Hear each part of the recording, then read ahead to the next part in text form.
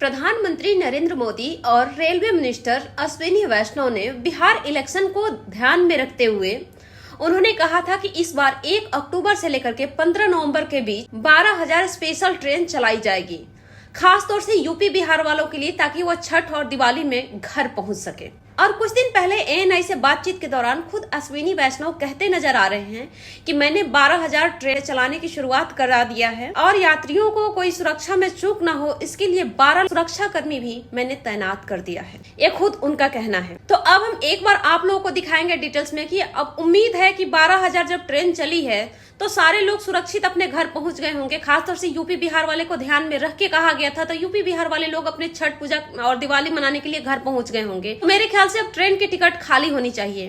तो अब मैं आप लोगों को दिखाऊंगी कल से लेकर के 26 तारीख के बीच में ट्रेन की टिकट की हाल, क्योंकि जब सारे यात्री घर पहुंच गए हैं तो अब तो ट्रेन में सीट खाली मिलेंगी जो बाकी की ट्रेन है। लेकिन अब मैं आप लोगों को दिखाती हूँ क्या हाल है ट्रेन के टिकट का।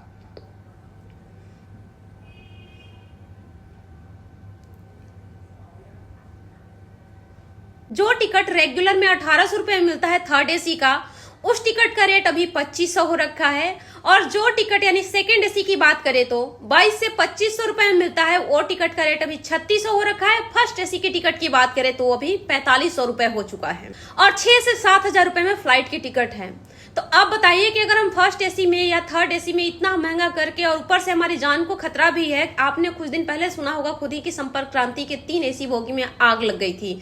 बिहार से बस जाते समय में आग लग गई थी। वैसे तो भारत की बात की जाए तो ना तो फ्लाइट सेफ है, ना ट्रेन सेफ है, ना बस सेफ है। ये आप लोगों ने अपनी आंखों से देख ही लिया होगा।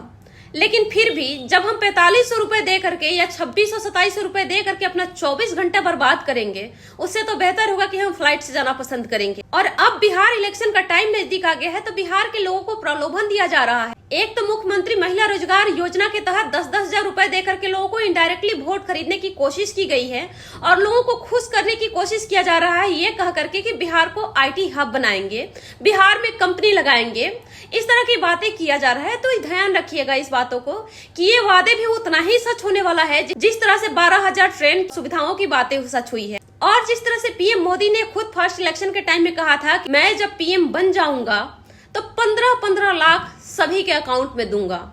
ये वादा जितना सच हुआ है उतना ही सच अगर बिहार में बीजेपी की गवर्नमेंट बनती है तो बाकी सारे वादे भी उतना ही सच होंगे। 15 लाख के बारे में मैं बात कर रही हूँ, उस पर खुद अमित शाह ने आकर के बयान दिया है मीडिया में कि 15 लाख वाली बातें जुमला था। तो भारतीय जनता पार्टी बीच बीच में खुद कई बार आकर के बीच में अपनी बातों को ही स्वीकार करती है कि ये बातें जो मैंने कही थी वो जुमला था।